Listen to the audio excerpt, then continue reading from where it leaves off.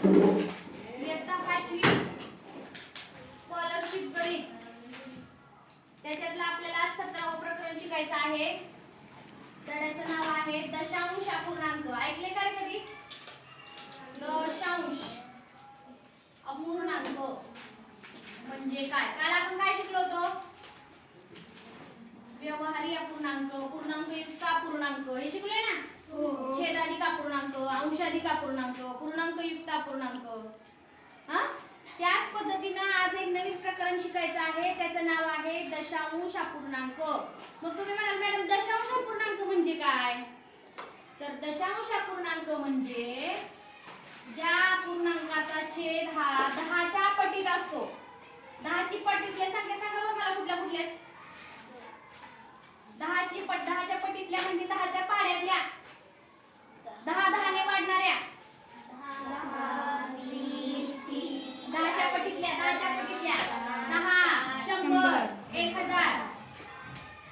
ज्या अपूर्णांकाचा छेद हा 10च्या पटीतल्या संख्या असतात, 10च्या पटीतल्या संख्या असतात, त्या अपूर्णांकांना दशांश अपूर्णांक म्हणायचं. म्हणजे आता बघा इथं फळ्यावर मी लिहिलंय 8/10.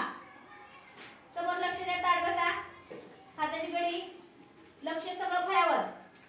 8/10, 5/100, 25/1000. मग ज्याचा छेद खालचा छेद आहे आणि वरचा काय आहे? अंश. ज्या अपूर्णांकाचा छेद 10 किंवा 10च्या पटीतल्या संख्या असतात त्या अपूर्णांकाला दशांश अपूर्णांक म्हणायचं. कशाला? ज्याचा छेद 10च्या पटीतल्या संख्या असतात त्या अपूर्णांकाला दशांश अपूर्णांक म्हणायचं. मग आता बघा उदाहरणार्थ मी इथे एक अपूर्णांक लिहिलाय 5.310.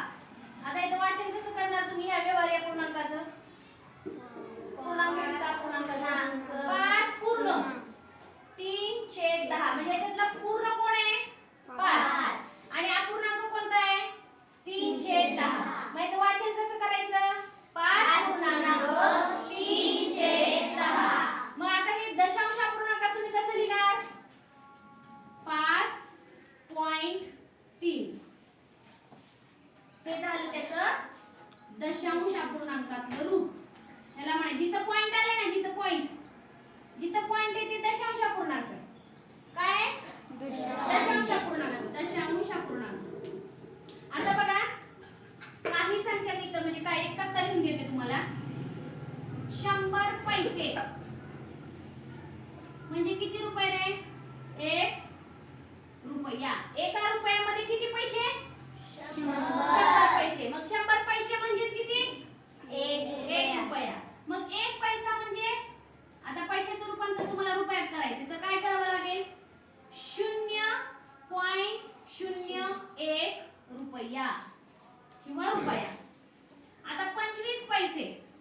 25 पैशाचं रूपांतर दशांश अपूर्णांकात कसं करणार तुम्ही? 0.25 रुपये. कारण बघा 100 पैशामध्ये शून्य